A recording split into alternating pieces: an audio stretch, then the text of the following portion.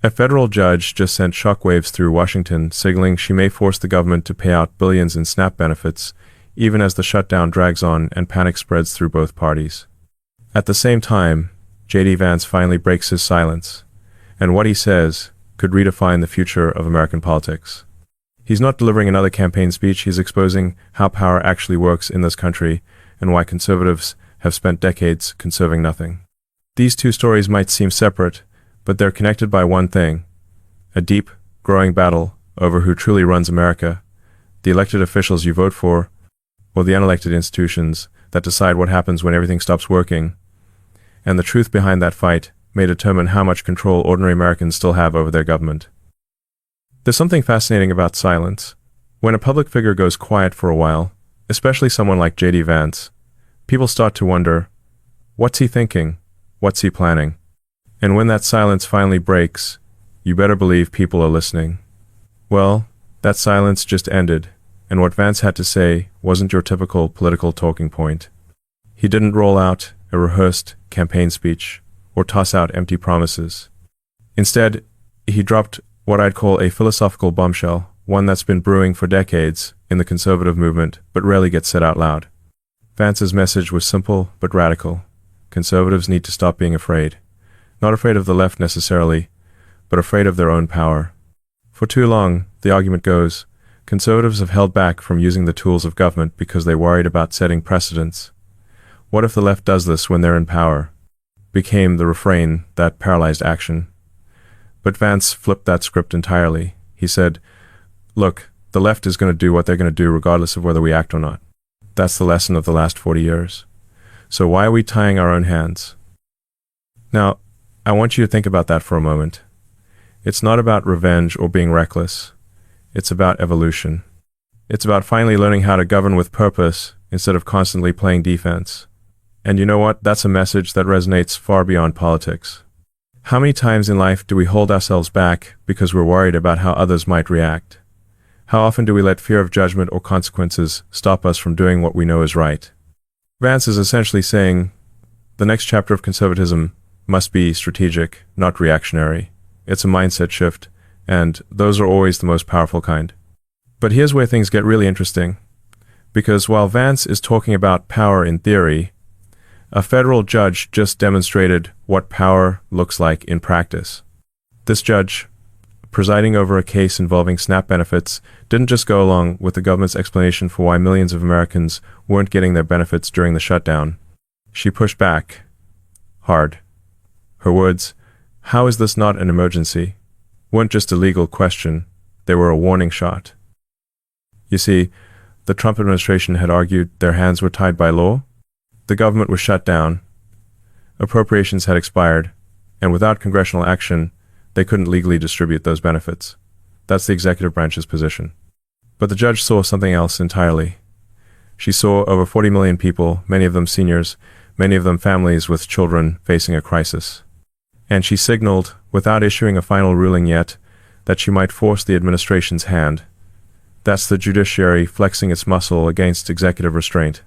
And suddenly, we have two different leaders, one from Congress and one from the courts, redefining where power should actually live in our system. It's almost poetic, isn't it? At the exact moment when Vance is arguing that elected leaders need to stop being timid, an unelected judge is preparing to tell those elected leaders what they must do. The tension there tells you everything about the crossroads America finds itself at right now. And I think a lot of us, especially those of us who've lived through multiple administrations and seen how these things tend to play out, recognize that this moment feels different. It's not just another political skirmish. It's a fundamental question about governance itself. Let me take you deeper into what Vance actually said, because it's worth unpacking. He didn't just talk about domestic policy, he redefined what America First means in practice. For years, that phrase has been used as a slogan, sometimes as a rallying cry, sometimes as a lightning rod for criticism. But Vance gave it a practical compass. He said essentially this: America First means we cooperate with other nations when our interests align, and we stand firm when they don't. That's not isolationism, and it's not blind nationalism either. It's pragmatic sovereignty. And then he did something that raised a lot of eyebrows. He pointed directly at Israel, one of America's closest allies, and said that even allies deserve accountability. He talked about the Gaza peace deal and how it only happened because the Trump administration was willing to apply leverage to the Israeli government. That's not an anti-Israel statement, far from it. But it is a revolutionary one in the context of American foreign policy, which has often treated the U.S.-Israel relationship as something beyond scrutiny or negotiation. Vance is saying, we can support Israel and still expect them to act in ways that serve mutual interests. For many people, that's a breath of fresh air. For others, it's uncomfortable. But that discomfort might be exactly what's needed. Because here's the thing, when you refuse to ever challenge your allies, you're not really leading. You're following. And that connects right back to the SNAP crisis, believe it or not. While Vance talks about sovereignty on the world stage, the SNAP debate shows what happens when sovereignty is tested right here at home. Who decides when an emergency is an emergency? Who decides when the rules can bend to meet human need? Is it Congress, the President, the courts, or is it the bureaucracy, which often seems to operate on autopilot regardless of who's in charge? The Supplemental Nutrition Assistance Program isn't just a line item in the federal budget. It's a lifeline for somewhere between 40 and 50 million Americans, many of them elderly, many of them children, and many of them working families who just can't quite make ends meet. When the government shut down, those payments stopped. Imagine for a moment that you're one of those people. You've budgeted carefully, you've stretched every dollar, and suddenly, through no fault of your own, the assistance you were counting on disappears. Not because of anything you did, not because the program was eliminated, but because politicians in Washington couldn't agree on a spending bill. The administration's argument was straightforward. We don't have legal authority to spend money that Congress hasn't appropriated. That's a principle as old as the Constitution itself. The power of the purse belongs to the legislative branch, not the executive. But the judge saw a different principle at stake, one that's equally old and equally important. She saw the government's basic obligation to prevent human suffering when it has the means to do so. And she noted that there was money sitting there, over $5 billion in emergency funds, specifically designated for situations like this. So her question wasn't just legal, it was moral. How is this not an emergency? This isn't just about food stamps, though. It's about what kind of country America becomes when bureaucracy collides with morality. And it's that moral collision that Vance warned about in his remarks. He said conservatives have been paralyzed by fear of what the other side might say or do, but you could extend that critique to the entire political class, couldn't you? How often do we see leaders on both sides hiding behind procedure when the real issue is courage? How often do we see them pointing fingers at the other party instead of just solving the problem in front of them? And that brings us to the political psychology underlying all of this. The left tends to frame SNAP as compassion. Helping those who need help is what a wealthy society should do. The right tends to frame restraint as responsibility. We can't spend money we don't have, and every dollar we print or borrow has consequences down the road. Both of those frames have truth to them. But Vance introduces a third frame, and I think it's the most important one: competence. He's saying that neither fear nor pity runs a nation. Only the will to act decisively for your people does. Think about that in your own life. When you're facing a difficult decision, what matters more, having the perfect plan or having the courage to execute the best plan you've got? How many times have you seen someone with all the right answers still fail because they couldn't pull a trigger? Vance is diagnosing a kind of leadership paralysis that goes beyond ideology. It's the paralysis of overthinking, of waiting for perfect conditions, of trying to please everyone. And that paralysis is exactly what one side of this shutdown debate refuses to break free from. As the shutdown dragged on, something interesting started happening within the Democratic Party. At first, they were unified. No clean, continuing resolution without a deal on healthcare subsidies. But as days turned into weeks, cracks appeared. Union leaders started speaking up. Airline CEOs, not exactly a partisan bunch, came to the White House to warn about the economic damage. Even sympathetic media figures began asking the uncomfortable question, why not just open the government and then negotiate? Every day, the shutdown continued. America bled trust. Not just trust in one party or another, but trust in the system itself. And here's what I find most compelling about this moment. That erosion of trust is precisely the vacuum where new movements rise. J.D. Vance represents that kind of movement. He's not a traditional conservative in the mold of past Republican leaders. He's someone who came from a very different place, literally and figuratively, and who brings a different set of assumptions about what government should do and how it should do it. His challenge to conservatives is blunt. You spent decades conserving absolutely nothing. He's not attacking for the sake of it. He's diagnosing a failure the way a doctor diagnoses an illness. And the diagnosis is that reactive politics doesn't build anything. It just manages decline. He's calling for a generation that builds, invents, and takes initiative, not one that only reacts to what the other side does. In an age when so many of our institutions feel like they're collapsing or at least creaking under their own weight, that message lands differently than it would have even 10 years ago. Because whether we're talking about food assistance or foreign policy, the problem isn't resources. America has resources. The problem is courage, the courage to make hard calls, to accept that not everyone will be happy, and to move forward anyway. And as this debate rages in Washington, there's a human face to it that sometimes gets lost in the noise. CNN brought on a single mother who depends on SNAP. She explained, calmly and without melodrama, that when the benefits don't come, she can't just make up the difference. She has to pull from other parts of her budget, her daughter's birthday, school expenses, things that shouldn't be trade-offs but become them anyway. The tragedy isn't her situation alone. The real tragedy is how political theater turned her into a pawn. Both sides claim to care about people like her, yet neither has acted decisively to help. That's the gap between rhetoric and reality, and it's a gap that regular people feel in their bones. So what happens when systems become more complex than the humans running them? That's the question I keep coming back to. We've built institutions so intricate, with so many rules and procedures and checks and balances, that sometimes no one feels responsible anymore. Everyone can point to someone else and say, it's their fault, not mine. And when that happens, it's not ideology that wins, it's entropy. Things just slowly fall apart.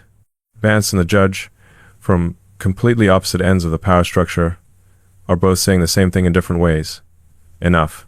It's time to return to accountability, whether that's in Congress or the courts or the executive branch. That return to accountability could reshape how America governs itself long after this shutdown ends and long after this particular court case is resolved. Because we're watching something bigger than any single policy fight. We're watching the pendulum swing from cautious governance to bold experimentation. The judiciary is challenging the executive.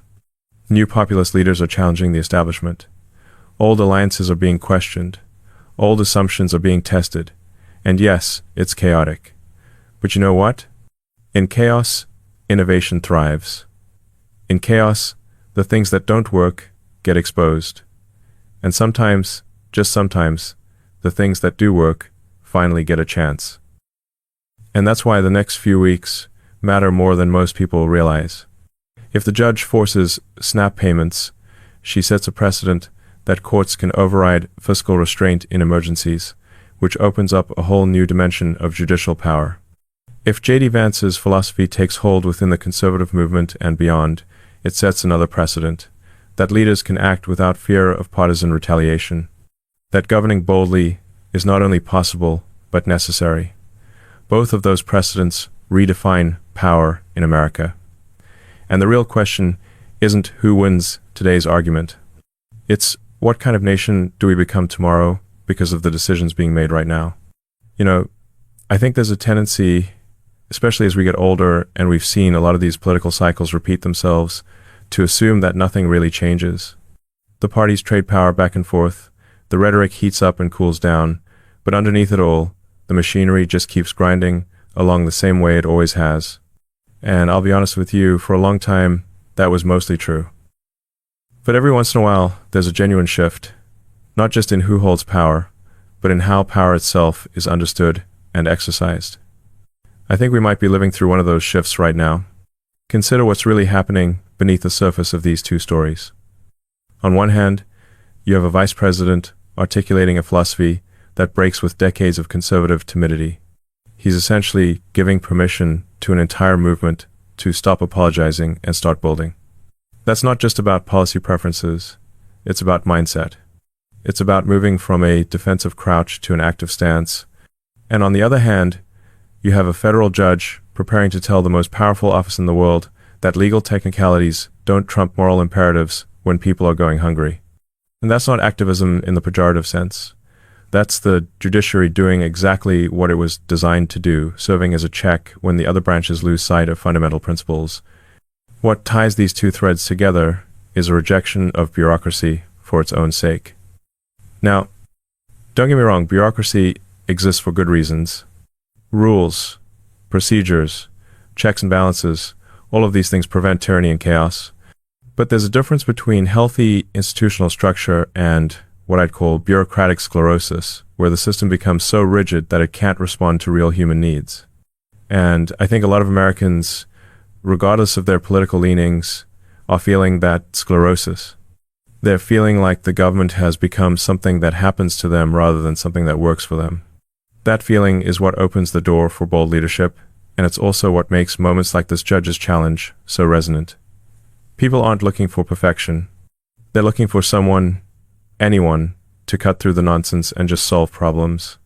When the CEO of United Airlines shows up at the White House and says, "Look, I don't have a position on your healthcare fight, but this shutdown is damaging the economy and it's not fair to the professionals keeping our skies safe." That's not a partisan statement. That's common sense. When union leaders who typically align with Democrats start saying, "Pass a clean continuing resolution and then negotiate," that's not betrayal, that's pragmatism. And pragmatism, real pragmatism, is what's been missing from our politics for too long. We've had plenty of ideology. We've had plenty of posturing. What we haven't had enough of is people willing to say, "Here's the problem. Here's what we can do about it right now. And here's how we'll handle the bigger questions after we've stopped the bleeding." That's the kind of leadership Vance is calling for. It's also, in a different way, what the judge is demanding. She's not saying the administration has to violate the Constitution. She's saying, you have tools at your disposal, emergency funds that exist for exactly this kind of situation. Use them. Now, let's talk about what this means going forward, because that's really what matters. The past is instructive, the present is urgent, but the future is where we actually live. If this judge issues an order compelling SNAP payments, it won't just resolve one crisis. It'll establish that in moments of genuine emergency, courts can mandate executive action even when Congress is deadlocked. Some people will cheer that as common sense prevailing. Others will worry about judicial overreach. Both perspectives have validity, and honestly, both concerns need to be taken seriously. But here's what I think is the deeper truth. We've built a system where the three branches of government were supposed to balance each other. But somewhere along the way, we added a fourth branch that nobody voted for, the administrative state, the bureaucracy itself, which often operates according to its own logic regardless of what elected officials or judges say. When that fourth branch becomes too powerful, when it becomes too insulated from accountability, you get situations like this where millions of people fall through the cracks, not because of malice, but because of inertia. And breaking through that inertia requires exactly the kind of boldness both Vance and this judge are demonstrating. Let me give you an analogy that might help clarify what I'm getting at. Think about a large corporation that's been around for decades. In its early years, it was nimble, innovative, responsive to customers. But over time, it grew, added layers of management, developed complex internal processes, and eventually became so focused on managing itself that it forgot about the people it was supposed to serve. That company faces a choice: adapt or die. Government is similar, except government can't die, at least not in the literal sense. But it can become so disconnected from the people it serves that it loses legitimacy, and when institutions lose legitimacy, bad things tend to follow. So when Vance talks about conservatives learning to use power, he's really talking about institutional reform through action rather than endless debate. When the judge signals she might override executive inaction, she's enforcing accountability in real time. Both are saying, in effect, that the system works for the people, not the other way around. And both are willing to take heat for that position. That's what leadership looks like. It's not always pretty, it's not always comfortable, but it's necessary. Now, I want to address something that might be on your mind, because I think it's important. Some of you might be thinking, this all sounds good, but what does it mean for me? I'm not in Washington. I'm not making these decisions. How does this actually affect my life? And that's a fair question. Let me try to connect those dots for you. Every time government fails to function, it erodes trust. And when trust erodes, people become more cynical, more withdrawn, less likely to participate in civic life. That withdrawal creates more space for dysfunction, which creates more cynicism, and the cycle continues. Breaking that cycle requires not just good policy, but visible competence, proof that government can still work when leaders choose to make it work.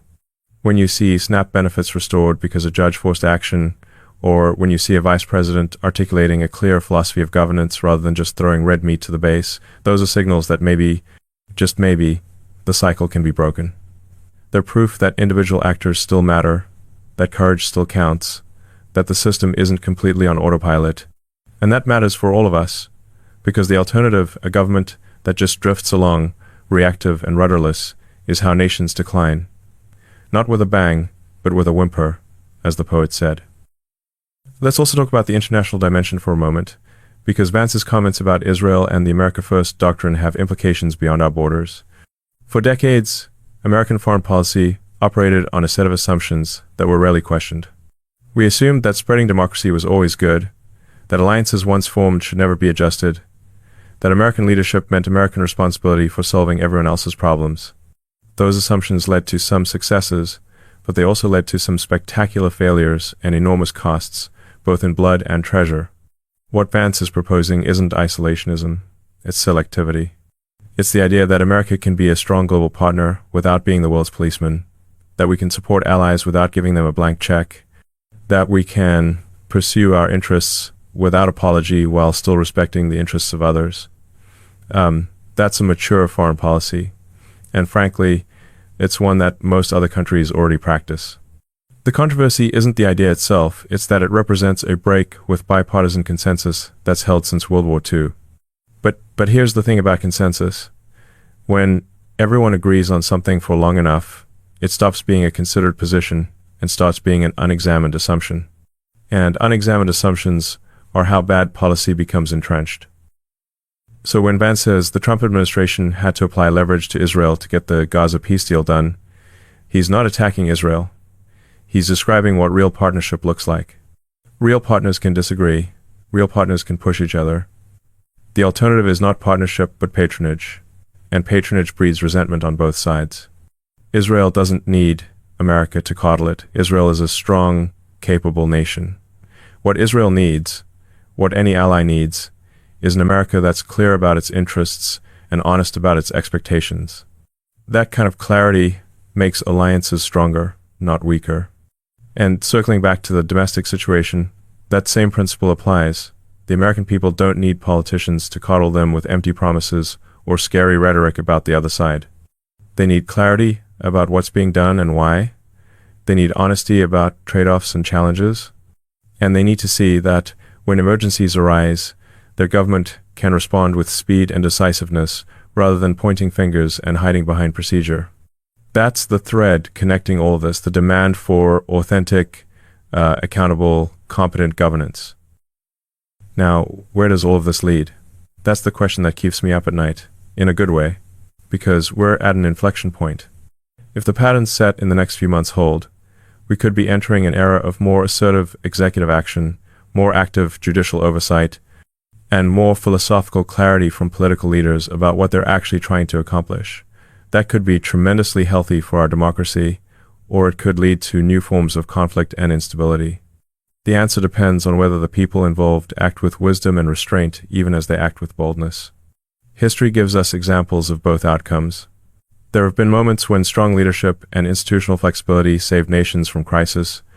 There have also been moments when the concentration of power and the erosion of norms led to disaster. The difference usually comes down to whether leaders see themselves as servants of a larger purpose or as actors in their own personal drama. I believe, and maybe I'm optimistic here, that most of the people involved in these current struggles, whether it's Vance or the judge or even the Democrats resisting the clean CR, genuinely believe they're serving a larger purpose. They disagree profoundly about what that purpose requires, but they're not cartoon villains. They're human beings trying to navigate impossible complexity with imperfect information and facing enormous pressure from all sides. Understanding that doesn't mean excusing failure. It means recognizing that the solutions we need aren't going to come from waiting for perfect leaders or perfect conditions. They're going to come from demanding better from the leaders we have and from systems that force accountability even when individuals fall short. That's why the judge's willingness to challenge the executive matters. That's why Vance's articulation of a governing philosophy matters. These aren't just isolated incidents, they're part of a larger process of institutional evolution. And you, as citizens, as voters, as people who pay attention and speak up, you're part of that process too. Every time you ask hard questions, every time you refuse to accept spin in place of substance, every time you hold elected officials accountable regardless of party, you're contributing to that evolution. And I know that might sound abstract, but it's not. It's intensely practical. Because the alternative is passivity, and passivity is how we got into this mess in the first place. A political class that assumed voters weren't paying attention, a bureaucracy that assumed it could operate on autopilot, and a media environment that often prioritized entertainment over information. So here's where we are. A vice president has thrown down a gauntlet, challenging his own movement to grow up and govern rather than just react. A federal judge has signaled she won't let legal technicalities override moral necessities when people are suffering. Democrats are feeling pressure from their own allies to end a shutdown that's hurting the very people they claim to protect. Republicans are learning that winning elections isn't enough, you have to deliver results. And ordinary Americans are watching all of this, trying to figure out who deserves their trust and their support. The next few weeks will tell us a lot. Will the judge issue her order, and if she does, will the administration comply or appeal? Will Senate Democrats finally break and vote for a clean continuing resolution, or will they hold out for a grand bargain that may never come? Will Vance's philosophy gain traction beyond the true believers, or will it remain a provocative but ultimately marginal perspective? I don't have a crystal ball, and anyone who tells you they know exactly how this plays out is selling something. But I can tell you this, the stakes are higher than most people realize, and the decisions being made right now will echo for years to come. Because ultimately, this isn't about SNAP benefits, or healthcare subsidies, or even foreign policy doctrine. It's about whether American government can still function as it was designed to, responsive to human need, accountable to the people, capable of decisive action in moments of crisis. For too long, the answer to that question has been maybe, or sort of, or it depends. What we're seeing now is an attempt to make the answer yes, from multiple directions and through multiple strategies. That attempt might succeed or it might fail, but the fact that it's being made at all is significant. So what do you think? Is this the moment America learns to use its power or loses control of it? Are we watching the birth of a more functional government or just another cycle of dysfunction with new characters? I genuinely want to know, because this conversation doesn't end with this video. It continues in the comments, in your conversations with friends and family, in how you engage with your elected representatives, and ultimately in how you vote. If you found this story insightful, if it helped you make sense of what's happening in Washington right now, make sure to like this video and subscribe to the channel. Turn on notifications too, because the next few days are shaping up to be some of the most unpredictable in modern politics. We'll be breaking down every twist, every ruling, every silence that finally gets broken. This is history happening in real time, and I want you to be part of understanding it, not just consuming headlines, but actually grasping what's at stake and why it matters. Thanks for watching, and I'll see you in the next one. Stay engaged, stay curious, and remember, the future isn't something that happens to us. It's something we build together, one decision at a time,